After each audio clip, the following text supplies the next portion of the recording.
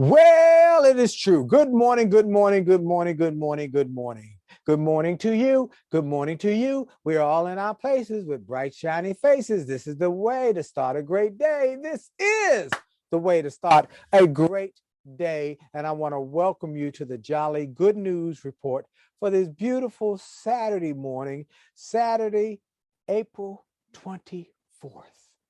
What a great day. You live to see another day. I live to see another day. We're here, thank God. And we want to thank you for sharing this message with your friends. Now, I just found out that Facebook has eliminated the watch party, or at least I was told that. If somebody got some more information, let me know.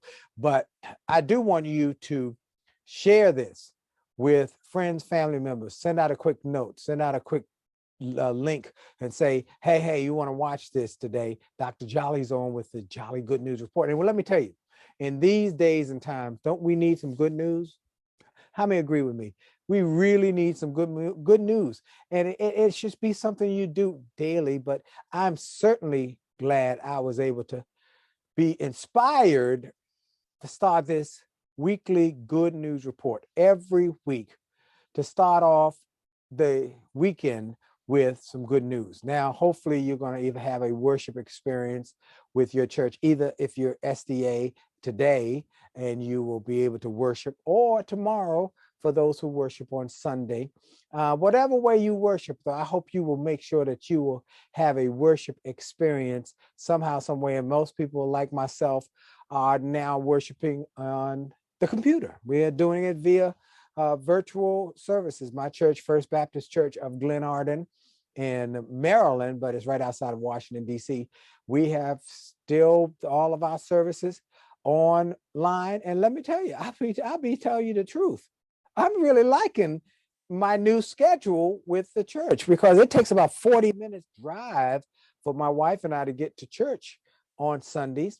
So now I can come down, have the service call. They have a leaders call and all the people in ministry, and I'm on the ministry staff at my church, and the deacons, the deaconess, and the elders all come on and have a pre-ministry call and pray for people and encourage people.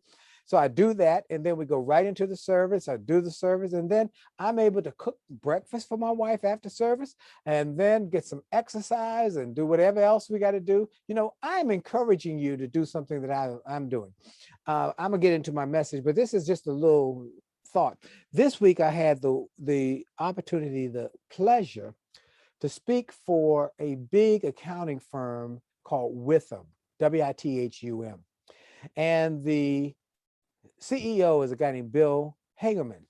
And Bill spoke at this town hall before I spoke and to introduce everybody that I was going to speak, but he also gave them some ideas. And here's one of the things I learned. I've been now talking to a lot of more accounting firms because many of them are struggling with the same thing Bill and this group with them, which is one of the big accounting firms in America.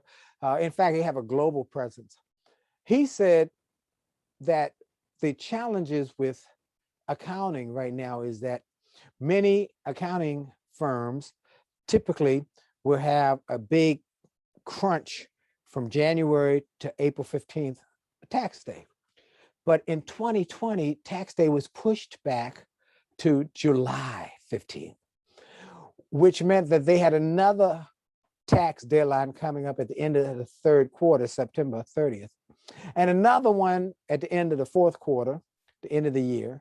And then they were back into the new tax season. Now that's been pushed back to May 7th, May 15th. And he said, our people have had like an 18-month nonstop tax season where after April 15th, many of the tax professionals would take their vacations. They'd go and decompress and re-energize and regenerate, but they didn't have that opportunity. So they've just been going. And he said many of them have been overwhelmed, stressed out, burnt out, and needed a message like mine to encourage and inspire and uplift them and let them know that the best is yet to come. Keep the faith. Don't give up. Don't throw in the towel. Don't wilt under the pressure, but be positive. And one of the things, though, what he said to them before I spoke, and I alliterated it, and I hit the hammer again. I hit it on the head again after he said it, is that you should take a day. Everybody should have one day to get some rest, to regenerate, to re-energize. That everybody should have a day. And he said many of these people were working 24/7. He said he encouraged them, take a day off, just a day to relax. And I've said that for years. I have done that for years. And I'm encouraging everybody to do that. You know, the Bible talks about God made the world in 6 days and he rested on the seventh. And my pastor said that that day of rest, whether you do that day of rest on the Sabbath, which is Saturday, or the Sunday, which they used as the day that Jesus rose from the dead as the way to celebrate his resurrection all the way through, year after year, week after week. On Sunday, he rose. And so whether you do it on the Saturday or Sunday, that you take a day that is your day of rest, that's your day of regeneration and day of renewal. And so he said, this CEO said, I want everybody to take a day, one day off. Just don't work that day. Because I've done it for years, that I took a day off every week. I do a day where it's family day. It's the day where my family, I take them to dinner. We go to visit folks. We go to visit family and friends. We go and just see folks. We fellowship. We have time together. And I know many of my SDA, my Seventh-day Adventist friends, would have dinners when I'd go to worship with them on Sabbath morning. They'd have an afternoon dinner, afternoon or evening dinner. And it's a day of rejuvenation and renewal. So I'm encouraging you to do that. Take a day, renew, regenerate, reinvigorate. So, and I want to talk to you today about a great show that I've got first on my XM show today at 4 o'clock. It is with Simon T. Bailey. Simon T. Bailey is the author of a number of books: Release Your Brilliance, Shift Your Brilliance. He has a new book called Spark. And he talks about Spark. And he has a new show on television about Simon T. Bailey. He is a Hall of Fame speaker. I know because I inducted him. I'm the one who brought him to the stage. And I'm the one who not only inducted him, but I nominated him to be in the Speaker Hall of Fame. And I'm so grateful that he was chosen and my nomination got advanced. But Simon T. Bailey, I met him many years ago, about 20 years ago, I guess. I was doing a lot of traveling. Now we went to Orlando to give a speech, and he heard I was going to be in town, and we met. We had met initially just in passing at a meeting planners convention. He was working for Disney, the Disney Institute, Sales Institute, and he was at the booth of Disney, and I went through the exhibition hall. He said, oh, it wasn't Dr. Willie Jolley then, it was just Willie Jolley. He said, Willie Jolley, oh man, I'm Simon Bailey. And we talked, and he said, I work for the hotels, and I work for the hospitality industry, and now I'm with Disney, and we talked, and we trained at cards. I said, we'll stay in touch. Well, when I was coming back to Orlando to give a speech, he said, can I have lunch with you? I said, sure. And so we had lunch, and he said, I want to be a speaker. I want to do what you're doing. I said, I think you could do it well. And so I told him some tips, some ideas, some insights, some lessons, some mentorship about how to get started in speaking and get a business going. And he did it. And about 18 years later now, he was inducted in the Speaker Hall of Fame. And now he's one of the top 50 corporate speakers in the world. He's listed, and he has a new magazine with Success Magazine, a new article in Success Magazine, being listed with people like Oprah and Tony Robbins, the Dr. Brene Brown, but not Dr. Brene Brown, who are the influencers. He's a great speaker, just a great speaker. And so my guest today is Simon T., and he says the T is for terrific, Bailey, Simon T. Bailey. It'll be today at 4 o'clock, channel 141, Sirius XM. And his story is profound because not only did he build this business out of nothing, he had to have setbacks along the way that he had to overcome. And that's one of the things I want to continue to talk to you about. In the midst of these setbacks we've experienced, in the midst of a pandemic, economic downturn, massive job loss, racial strife, well, we've experienced it this week, haven't we? Seen the result of that with the George Floyd trial and the fact that Derek Chauvin was convicted on all 3 counts. We've had one thing after another, but we've also had some bad news this week. The young man in Minnesota who was buried this week from being shot in a traffic stop. We've had a young girl in Ohio getting shot. So we want to give you some good news today because we got so much of the bad news. Let's get some good news. And the good news is Simon had a setback.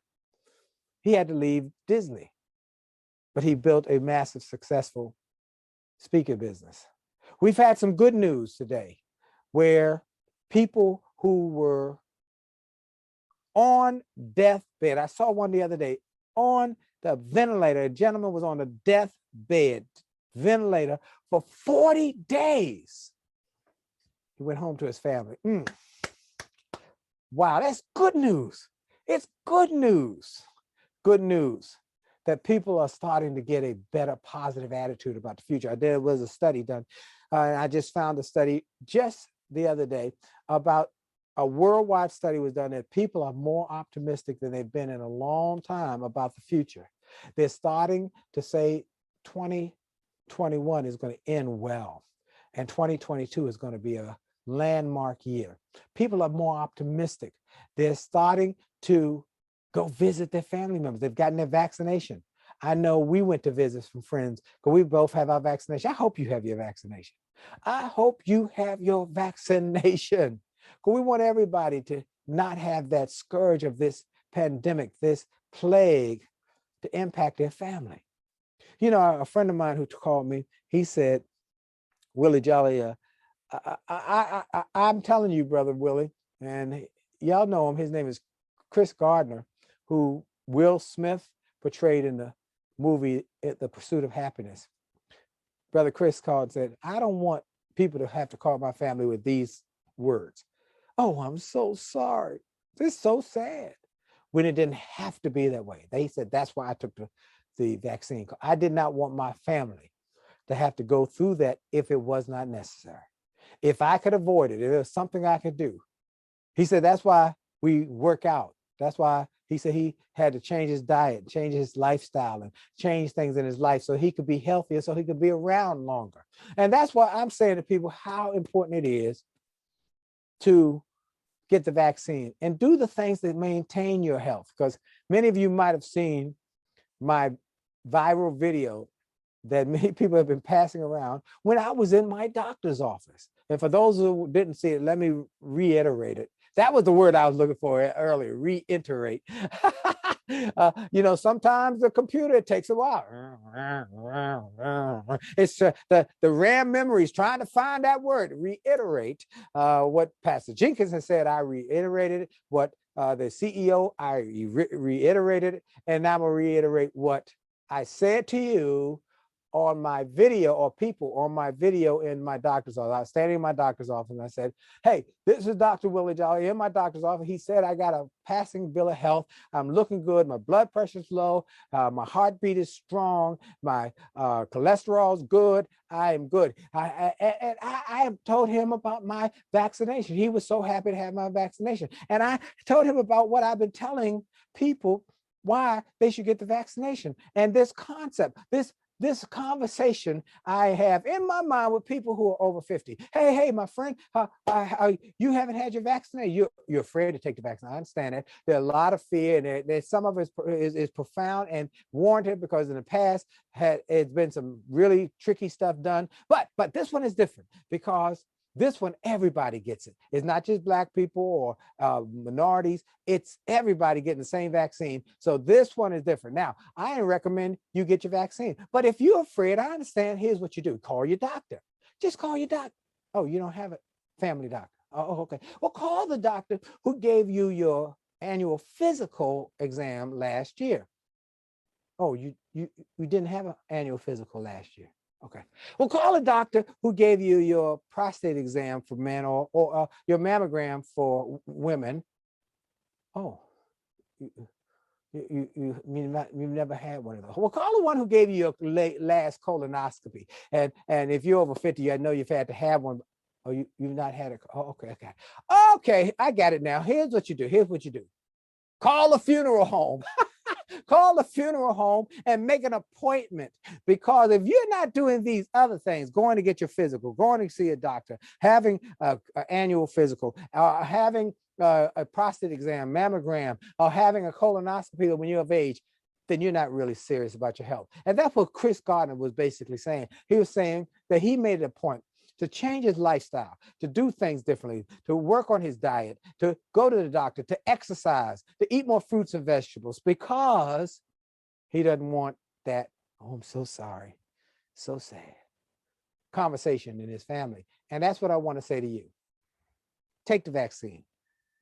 Get it done. And if you have a concern, call your doctor. And if you don't have a doctor, find one that you can talk to. Well, as I talked about Simon T. Bailey, how he took his job from Disney and it got shaky at the end. And he said, I'm going to learn and I'm going to win from this. And he got a bigger vision for his future. He started talking about, one day, I don't just want to be somebody who worked for Disney. I want to be somebody who owns Disney or runs a Disney kind of company. That's what I'm talking about. Somebody who is winning in their everyday pursuit, and they made up their mind they want to win more, do more, be more, and achieve more. And it's about a bigger vision. Scripture says, without a vision, a people perish. But what goes without being said is that with a vision, a people can flourish. Do you want to flourish? Do you want to succeed? Do you want to have abundance? If you do, then we got to continue to grow our vision. Now, how do you get your vision bigger? Because we've heard people say you got to get a bigger vision for your future, got a bigger vision for yourself. How do you do it? How do you get a bigger vision? Well, you'd have to think about it. And imagine, if you had a magic wand, bing, and you could be doing what you want to do, going where you want to go, controlling your destiny, what would it look like? Can you imagine it? Can you think about it for a second? Just stop and think. Oh, wow. If I couldn't fail, what would I do to succeed? Why wouldn't I do that? Okay, why wouldn't I do that? So certain things you want to start talking about, considering for your future. So you got to get a bigger vision for your future, not a little vision. You got to keep pushing the envelope. What's possible? What's possible? And if you couldn't fail, it was impossible for you to fail. Impossible. It was not in the realm of possible for you to fail. What would you be attempting? What would you be doing? And then start to visualize that. The power of visualization can change your life.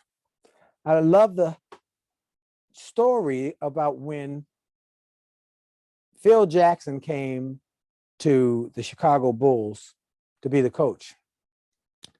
Now, let's look at this scenario, first of all. Michael Jordan was a world-renowned basketball player in college. He was a superstar in college. He got drafted, #1 choice, NBA, went to Chicago.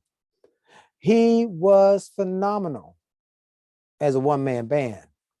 He could shoot, he could score, he could do all of that, but he did not have a winning team. And they kept being denied the championship. They never could win a championship. In those first 7 seasons, it was there.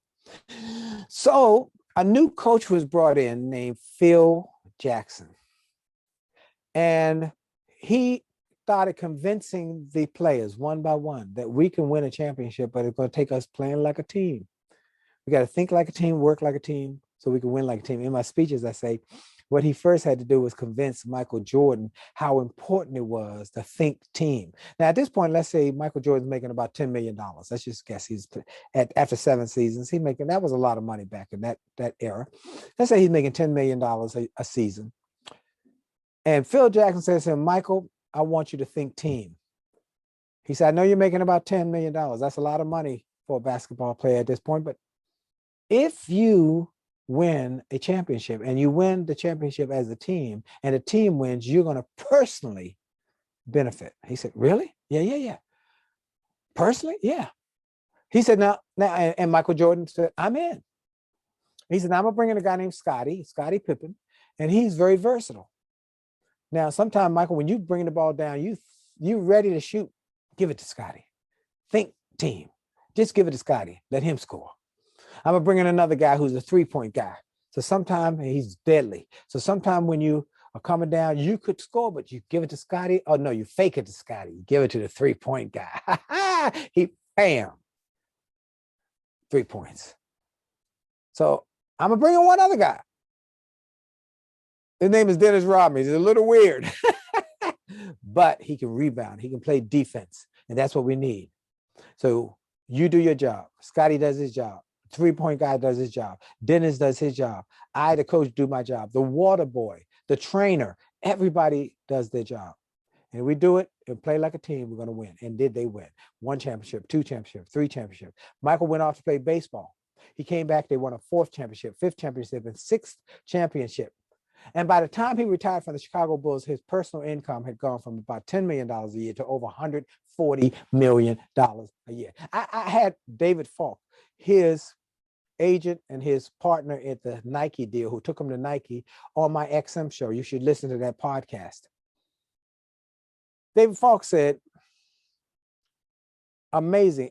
It's been over a decade since Michael Jordan, almost 2 decades since Michael Jordan retired from basketball, yet his shoes are still selling at the same rate as when he was playing, or even better, at a higher rate, a higher cost, same rate of shoes sale, but higher cost, because he was a winner. The team won. And so I'm saying to you that it's going to take everybody playing like a team. Well, let's look back to visualization. Phil Jackson comes, he gets everybody on a team, but they still got to get a bigger vision because they've been a series of losing seasons. So he took everybody out to Kaminsky Park in Chicago. And he took them to where the platform would be erected if they won a championship. He said, gentlemen, I want you to do something. It's going to sound odd. I want you to close your eyes for a second. And I want you to imagine we are standing on the platform. People are cheering and hollering, screaming. There's been a big parade. And now you get to lift the NBA championship trophy. Close your eyes and imagine that trophy in your arm, in your hands. Now stand up and show it to the crowd. And one by one, they would, whoo! And when they got that trophy about this high up, something went through their body. It was a new vision, a bigger vision. You must sometimes go through the action of what you want to achieve to get the bigger vision. You must get the action, the feeling, what it would be like to write the check to buy your parent to pay off their mortgage, their home. What it would be like to write a check to your church, 6 figures, and just put it in the plate. Don't even make a big, that feeling. You get that, a bigger vision for yourself. What's the vision? One of the visions I have is that I'm going to be, let's see, where is it? It's not over here now. It's over on my other wall. Going on my private plane from event to event. Getting in my private plane. Ooh, walking up the steps to my private plane. Sitting in my seat, in my plane, as the pilot pulls off, as we go to one of my events. That's the bigger vision. I'm encouraging you, working on, encouraging, inspiring, empowering you to get a bigger vision. Without a vision, our people perish. But with a vision, people will flourish. Love the quote by Helen Keller. She is coming back from a speaking engagement, worldwide tour of speaking engagements. Now let's go back to Helen Keller. No, she was born normal with hearing and sight, but had a childhood illness that took away her sight and her hearing. But her parents said there's something about this child. They got a teacher, Ann Sullivan, who taught this child who could not hear, who could not see, how to speak. She could not hear, she could not see, but this woman taught her how to speak without her hearing and seeing. This is amazing. And Helen became a terrific, incredible communicator. And Helen Keller went on to become one of the greatest women the world has ever seen. And after she came back from this worldwide speaking tour, she was asked by a reporter, Miss Keller, is there anything worse than blindness? She said, yes, having sight, but no vision. So folks, I want to keep